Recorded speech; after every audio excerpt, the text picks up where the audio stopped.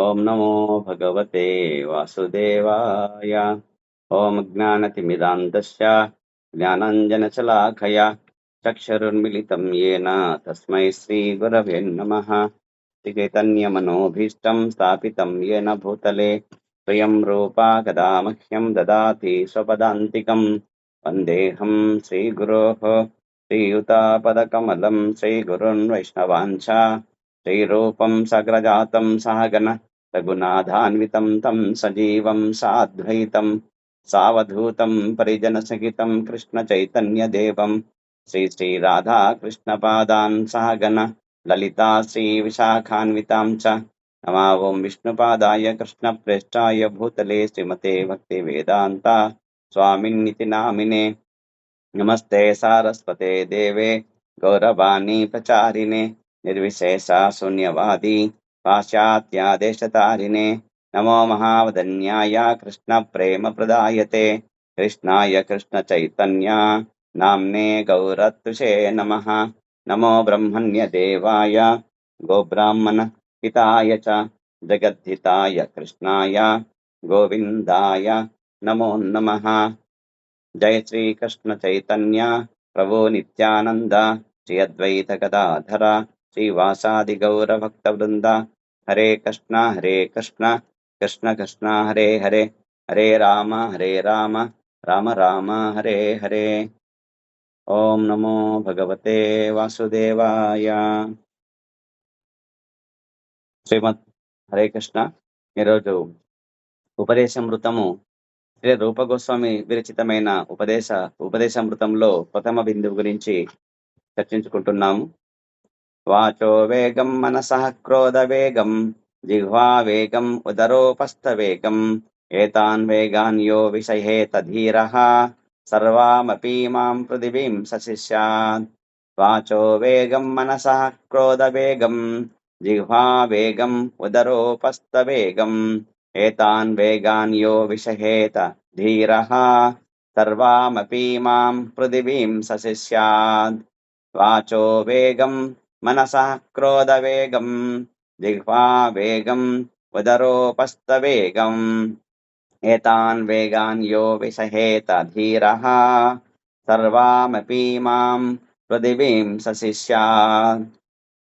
ప్రతిపదార్థము వాచః వాక్కు యొక్క వేగమును మనసః మనసు యొక్క క్రోధ వేగం క్రోధము యొక్క వేగమును జిహ్వా వేగం జిహ్వ యొక్క వేగమును ఉదర ఉపస్థ వేగం ఉదరము మరియు జననేంద్రియముల వేగమును ఏతాన్ ఈ పై తెలుపబడిన వేగములను యహ ఎవరు విషహేత నియంత్రించగలడో ధీరః ధైర్యవంతుడు సర్వాం సమస్తమైనట్టి అపి తప్పనిసరిగా ఇమాం ఈ పృథివీం ప్రపంచము సహా అట్టి ధైర్యవంతుడు శిష్యాత్ శిష్యులను చేసుకొనగలడు.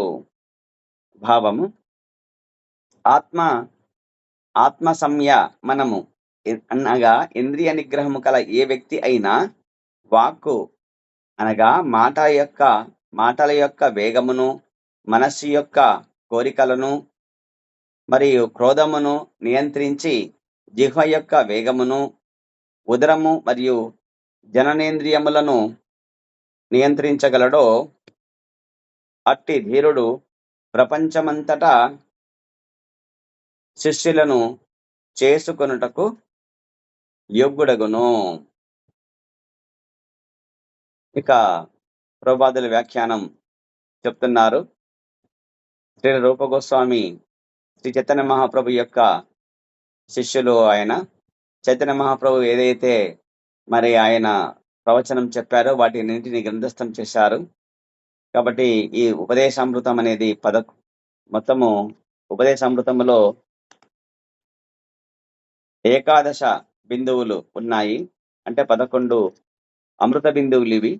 దీంట్లో మొదటి అమృత బిందువు ఉపదేశామృతంలోనిది ఇక్కడ చెప్తున్నారు.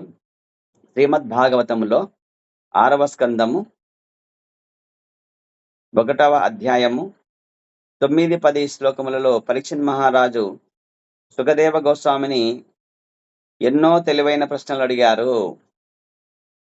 వాటిలో ఒకటి, మానవుడు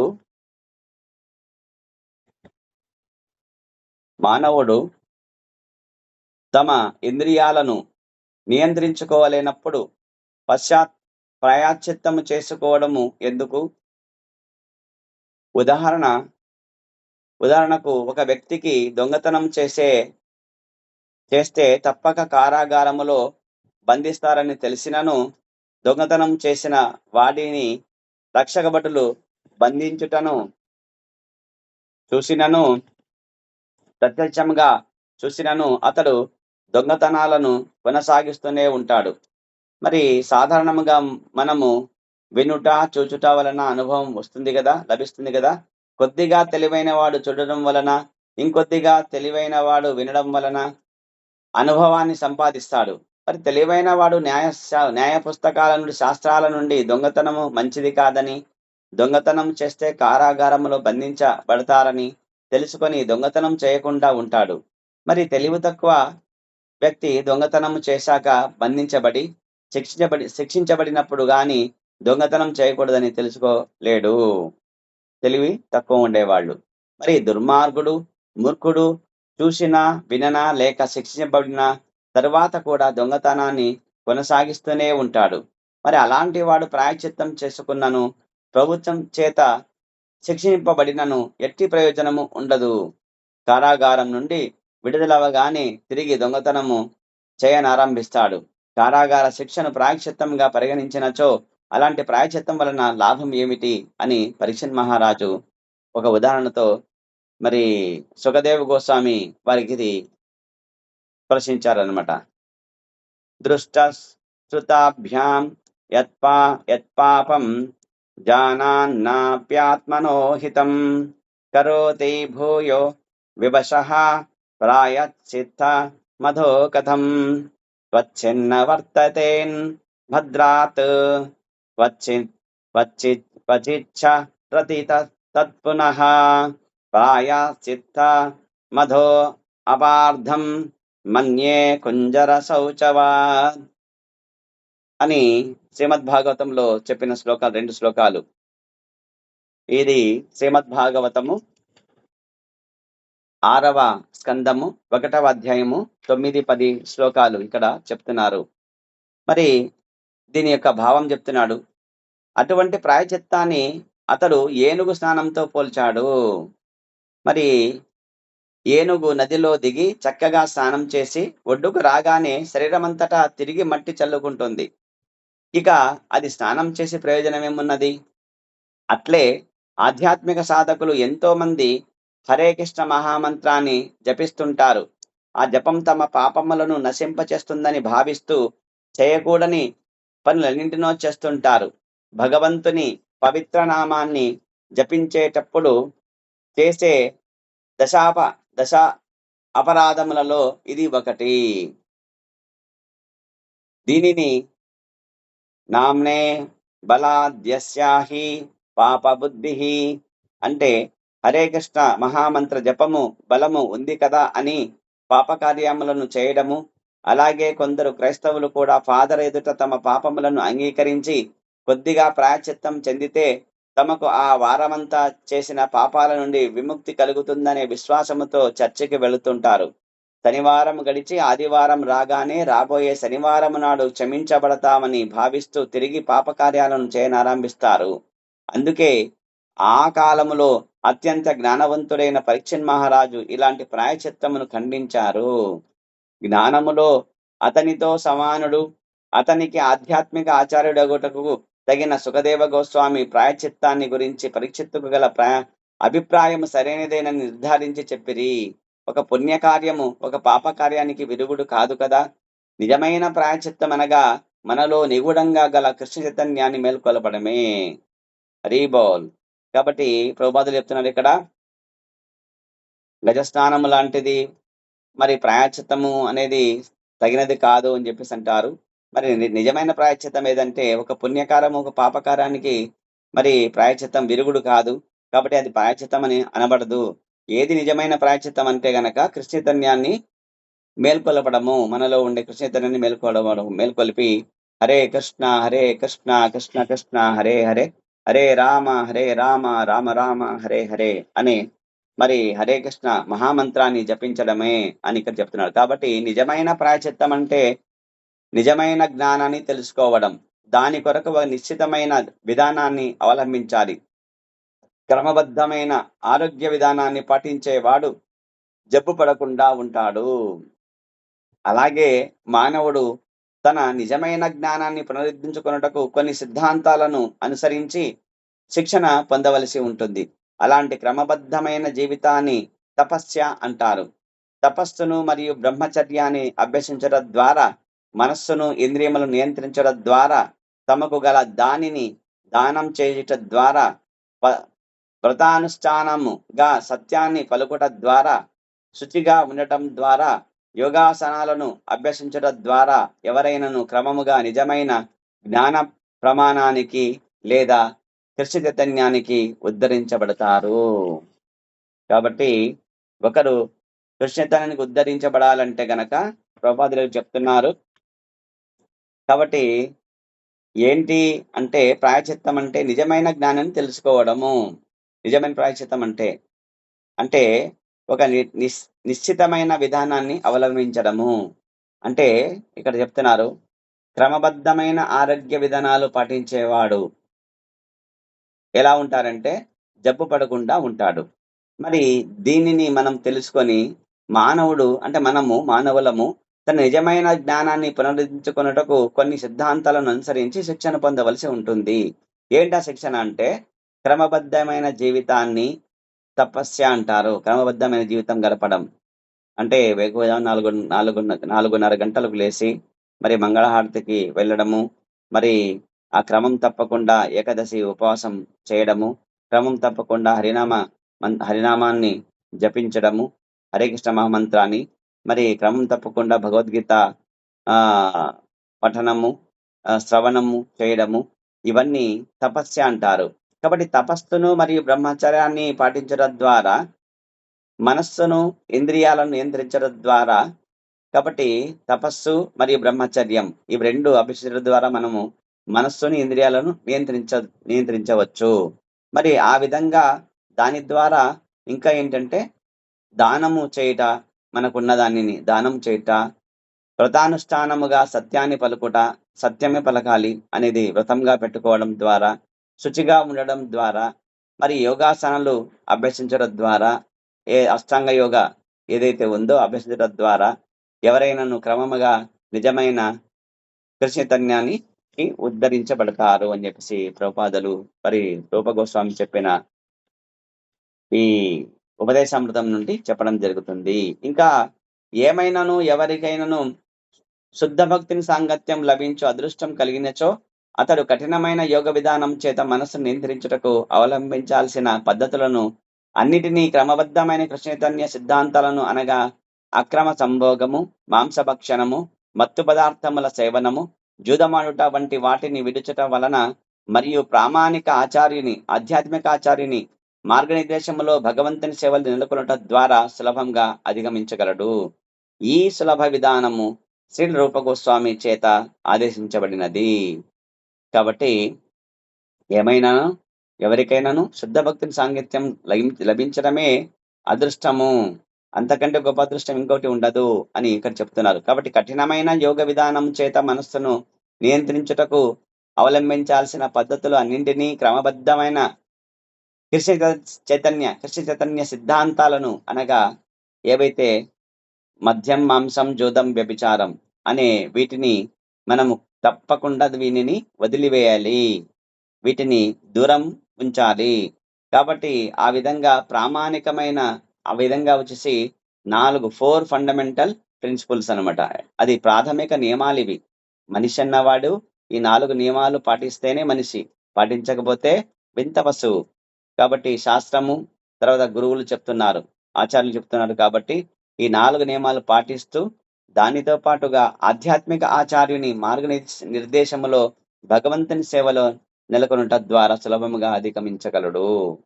కాబట్టి మద్యం, మాంసం, జూదం, వ్యభిచారం అని చెప్పేసి ప్రాథమిక నియమాలను పాటించిన వాడు మనిషిగా ఎప్పుడైతే అవుతాడో అప్పుడు ఆ మనిషి యొక్క ధర్మము ఆధ్యాత్మిక ఆచార్యుని మార్గనిర్దేశనంలో జీవనం గడపాలి.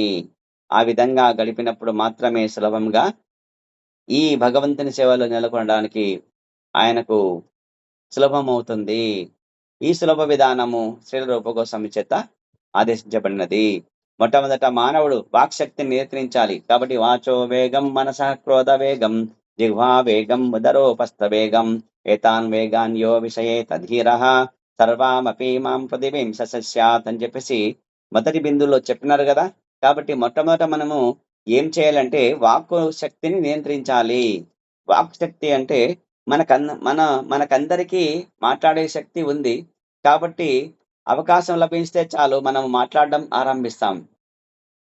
కాబట్టి భారతీయుడు మాట్లాడకుండా ఉండలేడు అని చెప్పేసి చెప్తారనమాట. అంటే కాబట్టి అవకాశం లభిస్తే చాలు మనము మాట్లాడనారంభిస్తాము.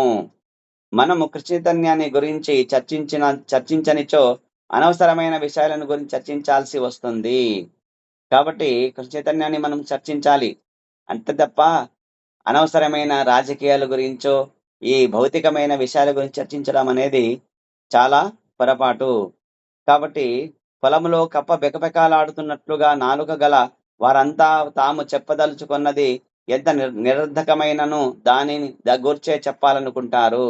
కాబట్టి పొలంలో కప్ప బెకబెక అంటే ఏమి చేస్తుంది? పక్కనే ఉండే పాము వచ్చేసి దాన్ని తినేస్తుందనమాట. కాబట్టి అనవసరమైన అనర్థకాలు సృష్టించే మాటలు మాట్లాడడం కన్నా కృష్ణ చైతన్యానికి సంబంధించిన కృష్ణ కథలు, కృష్ణనామాన్ని గానం చేయడానికి ఉపయోగించడము, ఆ భాగవత కథలు మరి వాటి గురించి చర్చించడానికి ఉపయోగించాలి అని చెప్పేసి ఇక్కడ అంటారు. కాబట్టి కప్ప బెకబెక దయచేసి ఇక్కడకు వచ్చి నన్ను తిను అంటూ పాములను ఆహ్వానించుటే పనికిగా వస్తుంది.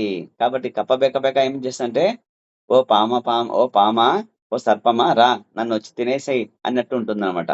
నేనిక్కడున్నాను రా అని చెప్పేసి ఆహ్వానించినట్టు ఉంటుంది. కాబట్టి మరణాన్ని ఆహ్వానిస్తున్నట్లను అది అట్లు అరుస్తూనే ఉంటుంది. కాబట్టి మరణాన్ని ఆహ్వానిస్తా ఉంది ఆ కప్ప బెకబెక అంటూ. పొలంలో కప్ప. కాబట్టి భౌతికులైన మానవులు మరియు నిరాకారవాదులైన మాయావాద తాత్వికుల మాటలు కప్ప యొక్క బెకబెకలతో పోల్చవచ్చును. వారెప్పుడు అర్ధరహిత మాటలను మాట్లాడుతూ తమను కబలించుట కొరకు మరణాన్ని ఆహ్వానిస్తుంటారు.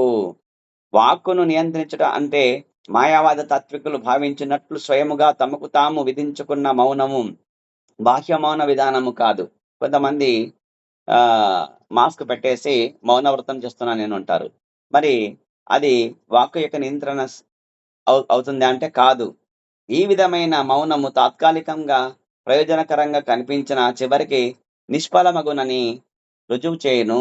ఏ విధంగా అంటే స్త్రీల రూపకోసం చెప్తున్నాడు. ప్రతిపాదించిన నియంత్రించబడిన వాక్ అనగా కృష్ణ కథ విధానము. నియంత్రించబడిన వాక్ అంటే అర్థం ఏంటంటే మౌనం వహించడం కాదు. ఆ నోటితోటి కృష్ణ కథను చెప్పాలి అనేది ఇది వాక్ యొక్క నియంత్రణ. కృష్ణ కథ విధానము అంటే దేవాది దేవుడైన శ్రీకృష్ణుని స్తుతించి విధానము అని అర్థము. ఈ విధముగా నాలుక భగవంతుని నామాన్ని, రూపాన్ని, గుణాల్ని, లీలలని స్తుతించవలెను. కృష్ణ కథ ప్రచారకులు ఎప్పుడు మరణ బంధాలకు అతీతులై ఉంటారు. కాబట్టి కృష్ణ కథ ప్రచారం చేసే వాళ్ళు ఎప్పుడైతే కృష్ణ కథ ప్రచారకులు మరణానికి అతిథులుగా ఉంటారు. వాగ్వేగాన్ని నియంత్రించడం వలన కలిగే ప్రయోజనం ఇదే. కాబట్టి కప్ప బెకబెక లాగా మరణాన్ని ఆహ్వానించడం కాదు అని చెప్పేసి ఇక్కడ దీని అర్థము. కాబట్టి వాగ్వేగాన్ని నియంత్రించడం వలన కలిగే ప్రయోజనం ఏంటంటే ఇది. ఏ విధంగా నియంత్రించాలి అంటే కృష్ణ కథ చెప్పడం వలన వాగ్వేదాన్ని నిర్వహించాలి. ఎవరైనాను తమ అశాంతితో కూడిన మనస్సును లేక చంచలమైన మనస్సును లేదా మనోవేగాన్ని శ్రీకృష్ణుని చరణ కమలాలపై స్థిరంగా నిలపగలిగితే వారు తమ మనస్సును నియంత్రించగలుగుతారు. దీనిని గురించి శ్రీ చైతన్య చరితామృతము మధ్యలీల 22వ అధ్యాయం 35 శ్లోకములు ఈ విధంగా చెబుతున్నది. కృష్ణ సూర్య సం మాయా హోయ్ అంధకార్ యాహాన్ కృష్ణ తాహాన్ నాహి మాయార అధికార్. అంటే ఇక్కడ చైతన్య మహాప్రభు చెప్తున్నారు అనమాట. శ్రీకృష్ణుడు సూర్యుని వంటి వాడు. మాయ అంధకారం వంటిది. సూర్యుడు ఉన్న చోట చీకటి అనే ప్రశ్నే ఉండదు. అట్లే మన మనసులో శ్రీకృష్ణుడు ఉంటే ఇక మన మనస్సు మాయా ప్రభావం చేత కలవరంకు గురి గురి అయ్యే అవకాశమే ఉండదు. కాబట్టి మనసుని ఏ విధంగా నియంత్రించాలంటే గనక ఇక్కడ చెప్తున్నాడు. వాచో వేగం, మనసా క్రోధ వేగం. రెండవదేంటి? మనసా క్రోధ వాక్కు వేగంని కృష్ణ కథ చెప్పడం ద్వారా నియంత్రించవచ్చు. రెండవది మనసా క్రోధ వేగం. మనస్సు యొక్క వేగం. మనసు ఎట్లుంటుందంటే ఒక చోట ఉండదనమాట. పరిపరి విధాలుగా ఆలోచన చేస్తూ ఎక్కడెక్కడో వెళ్తా ఉంటుంది. కాబట్టి దాన్ని ఏ విధంగా కట్టడి చేయాలంటే కృష్ణుడి యొక్క పాదాల దగ్గర కట్టేయాలి. మనసుని అక్కడ పడేయాలి. కాబట్టి కృష్ణుని చరణ కమలాల పైన స్థిరంగా నిలుపుట. అక్కడ పెట్టేయాలి అంతే. కాబట్టి తమ మనసు నియంత్రించగలుగుతారు ఒకరు. కాబట్టి కృష్ణుని పాదాల దగ్గరికి మనసుని పెట్టేస్తే అప్పుడు నియంత్రించబడుతుంది. అందుకే చెప్తున్నాడు. ఇక్కడ చైతన్య చెప్తున్నాడు. శ్రీకృష్ణుడు సూర్యుని వంటి వాడు. అంధకారము మాయం వంటిది. సూర్యుడు ఉన్న చోట చీకటి అనే ప్రశ్న ఉండదు. కాబట్టి మనసు ఎప్పుడైతే కృష్ణుడి పాదాల దగ్గర ఉంటుందో ఎప్పుడు ఆనందమే, ఎప్పుడు వెలుగే. కాబట్టి అట్లే మన మనసులో శ్రీకృష్ణుడు ఉంటే ఇక మనస్సు మాయా ప్రభావం చేత పడే అవకాశమే లేదు. భౌతికమైన ఆలోచనలు నిరోధించే యోగ విధానము ఉపయోగపడదు. కాబట్టి భౌతికపరమైన యోగ విధానం అనేది ఇక్కడ ఉపయోగపడదు. కేవలం మనస్సుని కృష్ణ యొక్క చరణార విందముల పైన, చరణ కమలాల పైన పడేయాలి. కాబట్టి మనసులో శూన్యాన్ని సృష్టించుటకు ప్రయత్నించడం కూడా కృత్రిమమవుతుంది. కాబట్టి ఇవన్నీ కృత్రిమాలే, శూన్యం సృష్టించలేము. కాబట్టి మనము ఇక యోగ విధానం ద్వారా మనసును కట్టడి చేయలేము. ఇవన్నీ అసాధ్యం. ఇది అన్ని ఇక్కడ మనకు రూపగోస్వామి చెప్తున్నారు. అట్లే క్రోధాన్ని కూడా మూడవది క్రోధవేగం, వాచో వేగం, తర్వాత మనస్సు వేగం, తర్వాత క్రోధ వేగం. క్రోధాన్ని ఏ విధంగా నియంత్రించవచ్చు అంటే మనము క్రోధాన్ని పూర్తిగా నిరోధించలేము. చూడండి, క్రోధం అనేది, కోపం అనేది ప్రతి ఒక్కరికి వస్తుంది. మరి అయితే మనము భగవంతుని గాని భగవంత్ భక్తులకు గాని దూషించే వారిపై క్రోధాన్ని ఉపయోగిస్తే కృష్ణ చైతన్యములో మనము మన క్రోధాన్ని నియంత్రించిన వారమవుతాము. కాబట్టి క్రోధము ఉండాలి. మరి దాన్ని ఏ విధంగా నియంత్రించాలంటే కనుక భగవంతుని దూషించే వారి పట్ల, భగవంతుడి యొక్క భగవద్భక్తులను దూషించే వారి పట్ల మనము ఆ క్రోధాన్ని మళ్లించాలా. ఆ విధంగా అంటే ఆ క్రోధాన్ని ఉపయోగిస్తే గనక వాళ్ళని నియంత్రించడానికి, మరి మనం కట్టడి చేయడానికి ఆ కోపాన్ని ఉపయోగిస్తే గనక ఎవరికి? భగవంతుణ్ణి నిందించే వారిని, భగవద్భక్తులు నిందించే వారిని నియంత్రించడానికి ఆ క్రోధాన్ని, ఆ పరుష వాక్కులను ఉపయోగించడం ద్వారా కృష్ణ చైతన్యములో మన క్రోధాన్ని నియంత్రించిన వారవుతాము. కాబట్టి ఈ విధంగా చేయాలని చెప్పేసి ఈ విధంగా క్రోధ వేగం నియంత్రించవచ్చు అని 3 చెప్పినాడు అనమాట. నా తర్వాత ఇక్కడ దీనికి ఒక కథ ఉంది. నిత్యానంద మహాప్రభు అంటే బలరాముడు, చైతన్య మహాప్రభు అంటే కృష్ణుడు, శ్రీకృష్ణ భగవానుడు. కాబట్టి 5550 సంవత్సరాల పూర్వము భగవంతుడు వచ్చాడు. ఇక్కడ ఆయన అవతరించినాడు. హరే కృష్ణ. కాబట్టి ఇక్కడ క్రోధాన్ని ఏ విధంగా నియంత్రించాలంటే భగవద్భక్తులను దూషించే వారిని నియంత్రించడానికి ఉపయోగించవచ్చడం ద్వారా మన క్రోధాన్ని కృష్ణ చైతన్యంలో నియోగించినట్టు అవుతుంది అని చెప్పేసి ఇక్కడ మనకు గురువులు ఆచార్యులు చెప్తున్నారు. ఇక్కడ దీనికి సంబంధించి ఒక కథ ఉంది. మరి శ్రీకృష్ణ భగవానుడు వచ్చేసి మరి భక్తి అవతారంగా 550 సంవత్సరాల పూర్వము మన భారతదేశంలో అవతరించినారు. ఆయన కంటే ముందుగా బలరాముడు నిత్యానంద మహాప్రభువుగా, తర్వాత శివకేశవమూర్తి అద్వైత ఆచార్యులుగా వచ్చారు. ఆ తర్వాత మళ్ళీ రాధారాణి గదాధర పండిట్గా, మరియు దేవర్షి నారదులు శ్రీవాస పండిట్గా 5 మంది పంచతత్వం అని చెప్పేసి ఈ హరే కృష్ణ మహామంత్రాన్ని భారతదేశం అంతటా ప్రచారం చేసినారు. మరి అప్పుడు ఆ సమయంలో వచ్చేసి ఒక ఇద్దరు జగాయి మదాయి అని చెప్పేసి ఇద్దరు దుష్టులైన సోదరులు. వాళ్ళిద్దరు ఎవరంటే సోదరులు, చాలా దుష్టులు అన్నమాట. వాళ్ళు చేయని పాపం అంటూ ఏది ఉండదన్నమాట. కాబట్టి శ్రీ చైతన్య మహాప్రభు క్రోధము చూపారు వాళ్ళపైన. చూడండి, అంటే తృణాదపి సునీచేన తరోరివా సహిష్ణునా అమానినా మానదేన కీర్తనీయ సదా హరిః. కాబట్టి మానవుడు గడ్డి పరకకు మించిన నమ్రతను, వృక్షము కంటే అధిక సహనమును కలిగి ఉండాలని శ్రీ చైతన్య మహాప్రభువు తన శిక్షాష్టకములో తెలిపారు. కాబట్టి ఆయన ఎందుకు క్రోధం చూపారని ఎవరైనా ప్రశ్నించవచ్చును. ఇక్కడ మనము ఒక విషయాన్ని గుర్తించాలి. ఒకరు తమనెవరినైనా అవమానిస్తే సహించుటకు సిద్ధంగా ఉండాలి. కానీ ఎవరైనా శ్రీకృష్ణుని గాని, కృష్ణ భక్తులు గాని నిందిస్తే నిజమైన భక్తుడు సహించడు. అంతేకాకుండా క్రోధముతో ఆ అపరాధం చేసిన వారి పట్ల అగ్నిలా మండిపడతాడు. క్రోధాన్ని పూర్తిగా నిగ్రహించుట కష్టం. అయినను దానిని సరి అయిన విధముగా వినియోగించుకోవచ్చు. హనుమంతుడు క్రోధంతో లంకను దహించాడు. అయినప్పటికీ అతడు శ్రీరామచంద్రుని అత్యుత్తమ భక్తునిగా ఆరాధించబడెను. అంటే అతడు తన క్రోధాన్ని సరి అయిన విధముగా ఉపయోగించారని అర్థము. అర్జునుడు కూడా మనము మరో ఉదాహరణతో తీసుకోవచ్చు. కురుక్షేత్ర యుద్ధంలో అర్జునుడు యుద్ధం చేయడానికి సిద్ధంగా లేడు. అయినను శ్రీకృష్ణుడు నీవు తప్పక పోరాడాలి అని అతనితో అర్జునునిలో క్రోధాన్ని రగిలించారు. కాబట్టి అప్పుడు క్రోధం లేకుండా యుద్ధం చేయలేరు. కాబట్టి క్రోధాన్ని భగవత్ సేవలో వినియోగిస్తే దాన్ని నియంత్రించినట్లు అవుతుంది అని చెప్పేసి ఇక్కడ కొన్ని ఉదాహరణలు మనకు చెప్పడం జరిగింది. కాబట్టి ఇక వాచ మనస క్రోధ మూడైపోయిన నాలుగవది జిహ్వా చాపల్యము, జిహ్వా వేగం, జిహ్వా నాలుక. జిహ్వ చాపల్యం గురించి ఆలోచిస్తే రుచిగా ఉండే పదార్థాలను నాలుకకు తినిపించాలని మనకందరకు అనుభవపూర్వకమైన విషయమే. కాబట్టి జిహ్వ చాపల్యం ఏంటంటే ఇక రుచికరమైన ఆహారం తినాలని మనకంతా. కాబట్టి రుచికరమైన ఆహారం కనబడితే కనుక నోట్లో మనకు లాలాజలం ప్రవహిస్తూ ఉంటుందన్నమాట. కాబట్టి ఆ విధంగా వచ్చేసి జిహ్వ చాపల్యం గురించి ఇక్కడ చెప్తున్నారు.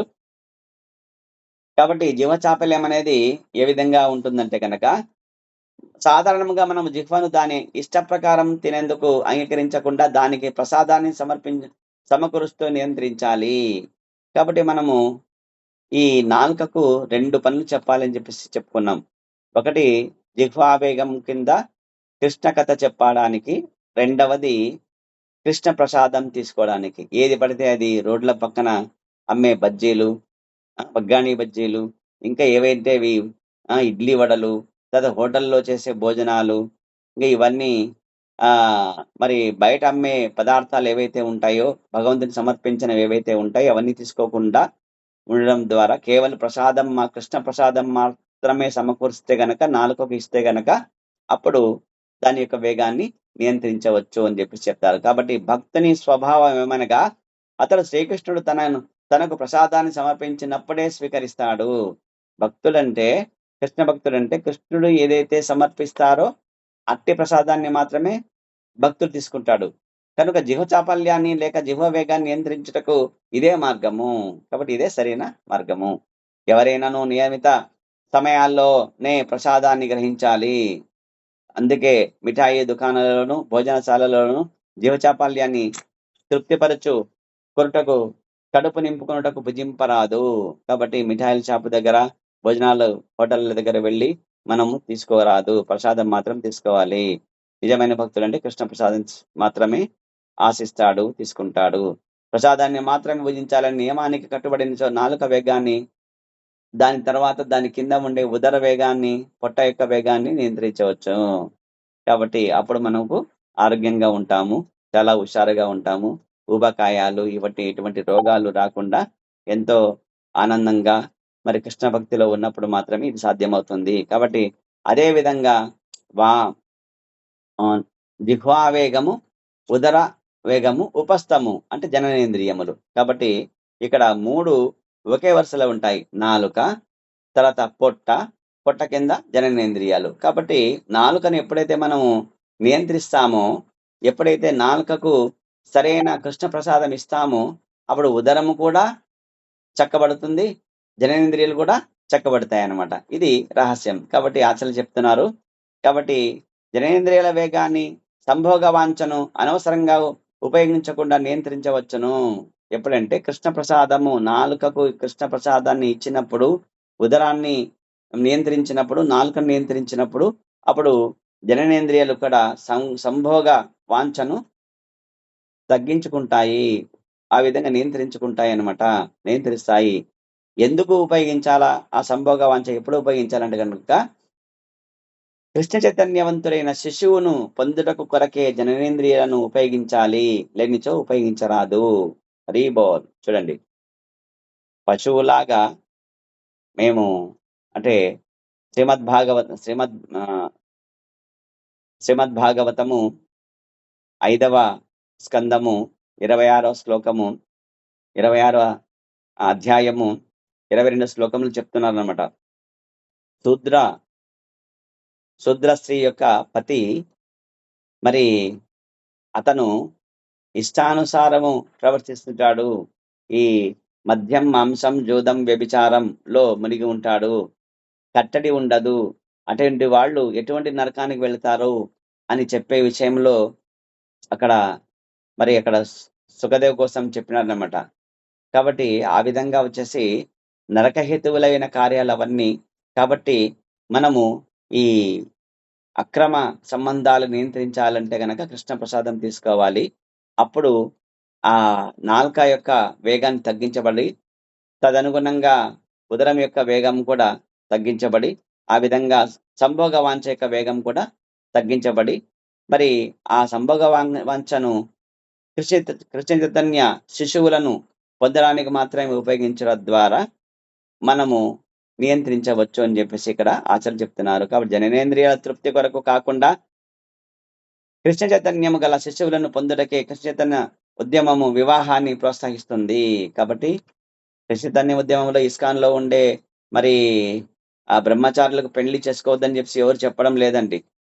పెళ్లి చేసుకోవచ్చు. పెళ్లి చేసుకొని మంచి కృష్ణ చైతన్యవంతమైన పిల్లలని కనడానికి ఉపయోగించమని చెప్పేసి ఆచార్యులు చెప్తుంటారు. అక్కడ గురువులు, శిక్షా గురువులు మనకు ఆదేశాలు ఇస్తూ ఉంటారు. కాబట్టి ఆ విధంగా పిల్లలు కాస్త పెరగగానే బృందావనంలో గల మా గురుకుల పాఠశాలకు పంపిస్తారు.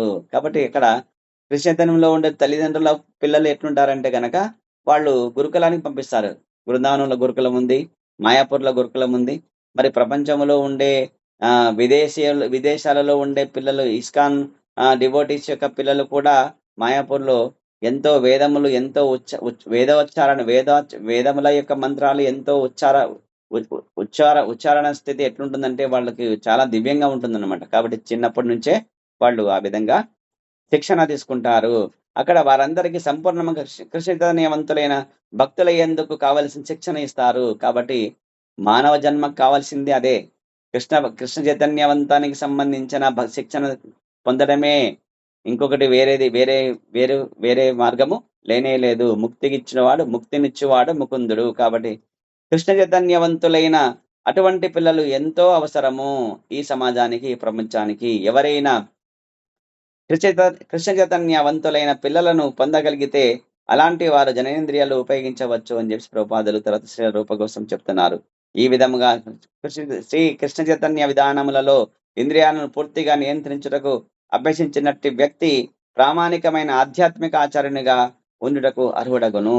కాబట్టి ప్రామాణికమైన ఆధ్యాత్మిక ఆచార్యుని ఎవరిని తీసుకోవాలంటే గనక ఎవరైతే కృష్ణ చైతన్యములో ఉండి ఉంటారో అటువంటి వాళ్ళని మాత్రమే మనం ప్రామాణిక ఆచార్యునిగా తీసుకోవాలి, స్వీకరించాలి అని చెప్పి ఇక్కడ శాస్త్రం ఆచార్యులు చెప్తున్నారు. కాబట్టి మన భౌతిక దేహభావన కలగన 3 రకాలైన ప్రేరణలు ఉన్నాయి. వాగ్వేగము, మనోవేగము, శరీర వేగములు కలిగిస్తుందని పరమ పూజ్యులైన శ్రీల భక్తి సిద్ధాంత సరస్వతి ఠాగూరులు ఉపదేశామృతంకు రాసిన అనువృత్తి వివరణలో పేర్కొన్నారు. జీవి ఈ 3 రకాల వేగాలను దాసుడైనప్పుడు అతని జీవితము అమంగళకరమవును. ఆ వేగాలను అరికట్టుటకు ప్రయత్నించే వాణిని తపస్వి అంటారు. అటువంటి తపస్సుతో దేవాది దేవుని బాహ్య శక్తి అయిన భౌతిక శక్తికి దాసుడగుటను అధిగమించవచ్చును. కాబట్టి బాహ్య శక్తి అయిన భౌతిక శక్తికి దాసుడు కాకుండా మరి కృష్ణుడి యొక్క దాసుడుగా కావాలంటే గనక ఈ 3 వేగాలు వాగ్వేగము, మనోవేగము, శరీర వేగాలను తగ్గించుకోవాలని చెప్పేసి మరి భక్తి సిద్ధాంత సరస్వతి ఠాగూర్లు అని చెప్పేసి మన ప్రభుపాదుల వారి భక్తి వేదాంత స్వామి ప్రభుపాదు యొక్క గురువు గారు ఆయన రాసినారు అన్నమాట. అనువృత్తి అని చెప్పేసి వివరణ ఉపదేశామృతానికి. దాంట్లో ఈ విధంగా చెప్పడం జరిగింది కాబట్టి, ఆ విధంగా మనము కృష్ణ దాసులు కావాలి. అంతేగాని భౌతిక శక్తి దాసులు కాదు అని చెప్పేసి ఇక్కడ చెప్తున్నాడు. వాగ్వేగం గురించి చెప్పవలసి వచ్చినప్పుడు నిరాకారవాది తాత్వికుల లేక కామ్యకర్మల పట్ల ఆసక్తి గల వ్యక్తుల గురించి ఎట్టి నియమనిబంధనలు లేకుండా జీవితంలో భోగాలను అనుభవించాలనుకునే భౌతికవాదుల వ్యర్థమైన మాటల గురించి ప్రస్తావిస్తారు. కాబట్టి భౌతికవాదులు అనుభవించు రాజా అని చెప్తారు.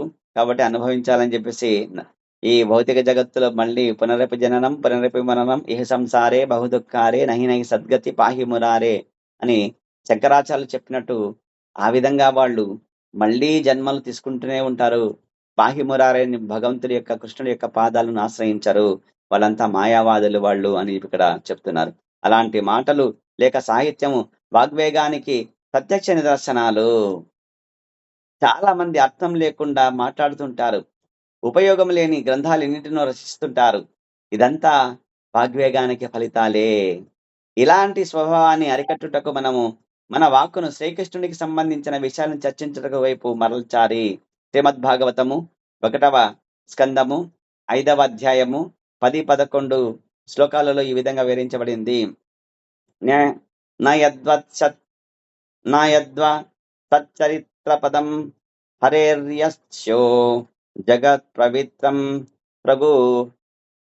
ప్రగృణీత కర్షిచేత్ తద్వాయసం తీర్థ ముషంతి మనసా నయత్ర హంస నిరమన్యు శిక్షయః. ఇక్కడ సమస్త ప్రపంచ వాతావరణములన్నీ పవిత్రం చేయగల భగవంతుని వైభవాలను వర్ణించుటకు వాక్కులు మహాత్ములైన వారిచే వాయస తీర్థాలుగా పరిగణించబడును. పరమహంసలైన వారు యథార్థమునకు దివ్యధామములో వసించువారు గనక అట్టి వాయస తీర్థములందు ఆనందమును పొందలేరు. వాయసమనగా కాకులు. కాబట్టి కాకులు మాదిరిగా కావు కావు అని ఏవేవో మరి భౌతికమైన కర్మకాండ గురించి చెప్పే వారి వల్ల ప్రయోజనం ఏమీ లేదు. కాబట్టి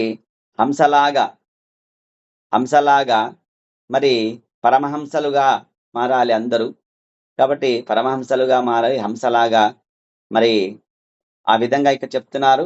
ఆనందం పొందలేని చెప్పేసి తద్వాగి సర్గో జనతాఘ విప్లవో యస్మిన్ ప్రతిశ్లోకమ బద్ధ వత్యపి నామాన్యనంతస్య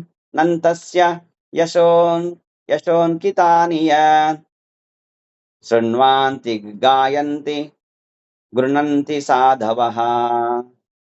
శ్రీమద్భాగవతంలో ఇది 10-11 శ్లోకాలు అనమాట. 2 శ్లోకాలు చాలా మహత్తరమైన శ్లోకాలు ఇవి.